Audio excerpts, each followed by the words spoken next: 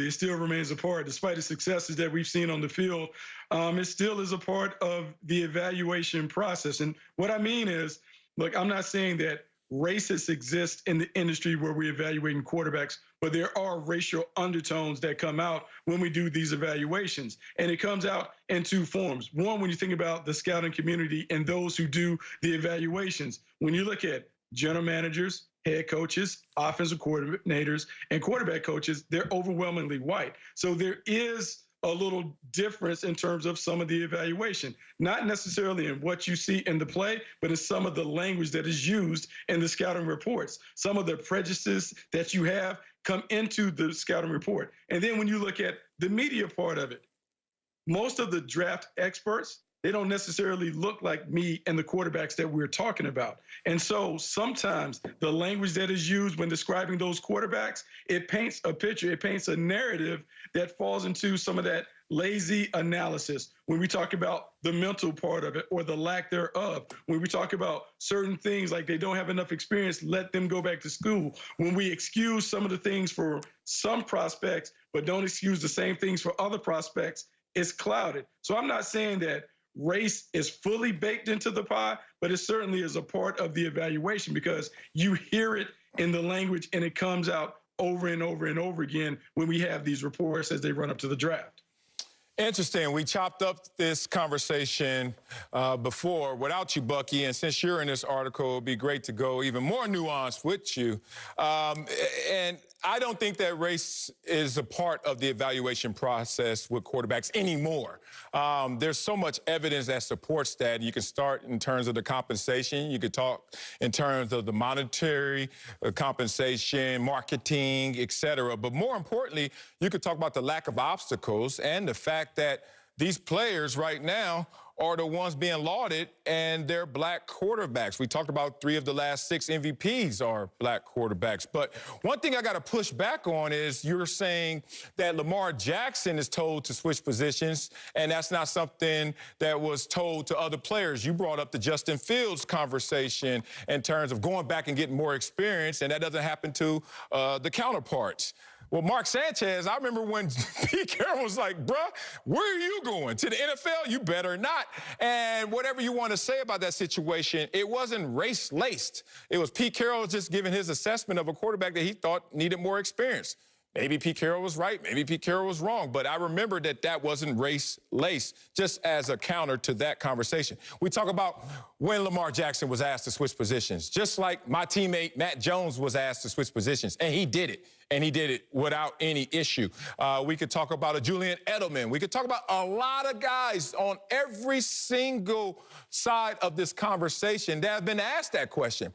And I guess the only insult comes from how much merit does it have? Because it's not just race. They don't just look at black quarterbacks and say switch positions. They look at any quarterback that they think has greater attributes at another position. Now, they were completely wrong about Lamar Jackson because not only did he win a Heisman, but he won a unanimous MVP.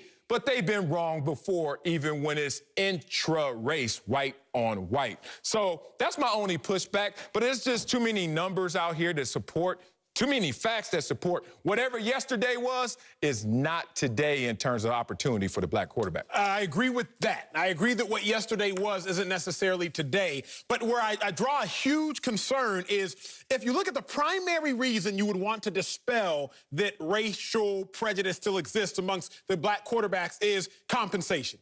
That's where you went first. That's where a lot of people on social media went first. Compensation, marketing, et cetera. But I will never accept that black people being compensated, it makes them immune to racial prejudices.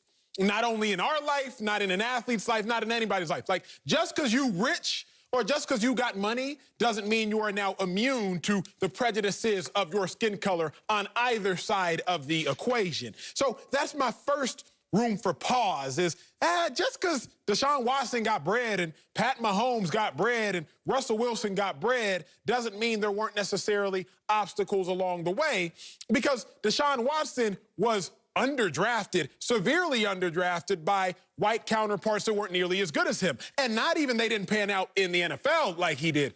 They weren't as good in college.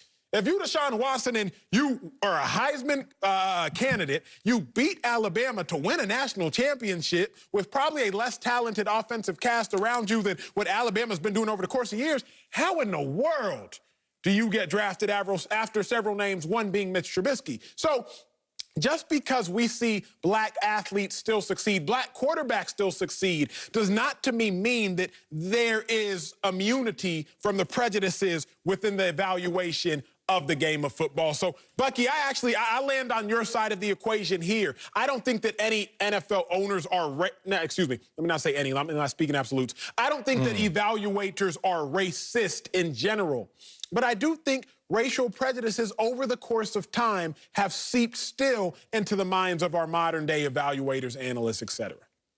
Yeah, no, I think this is interesting because compensation and endorsements and those things were brought up, but don't equate black excellence with equality, because there's always been a room in our game for black excellence.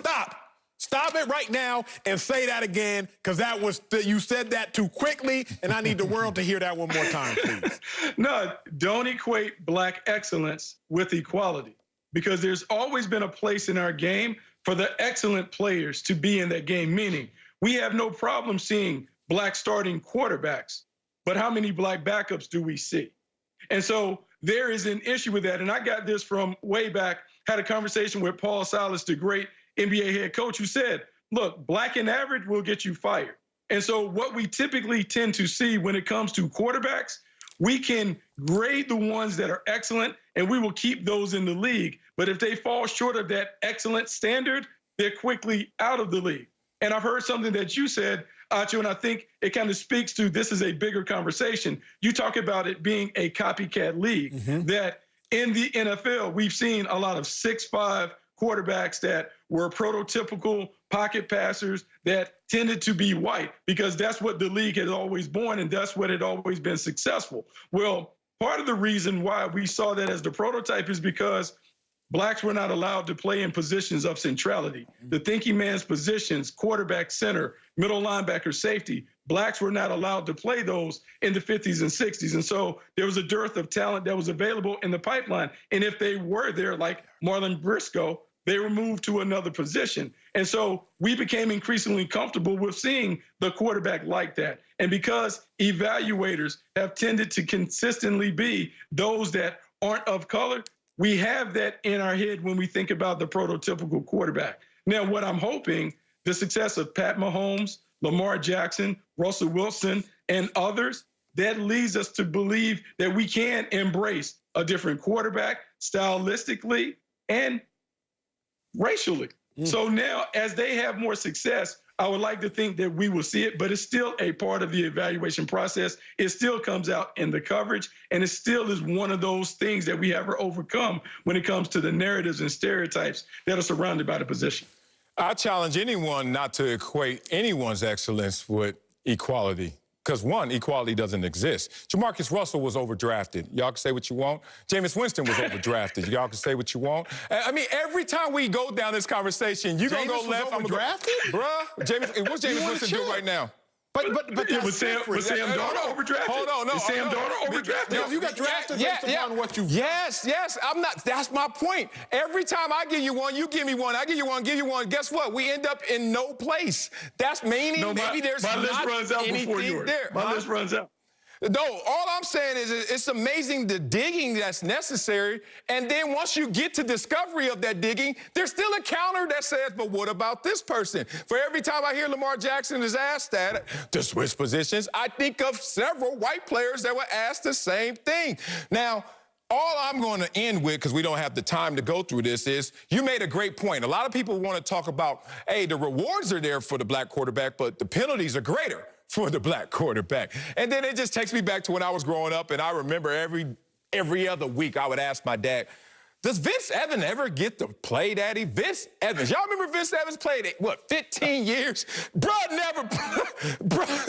was a perennial backup, and that brother was starting from the 70s to the 80s through the 90s, bro. Everywhere you go, there you are. Coming up is Baker Mayfield.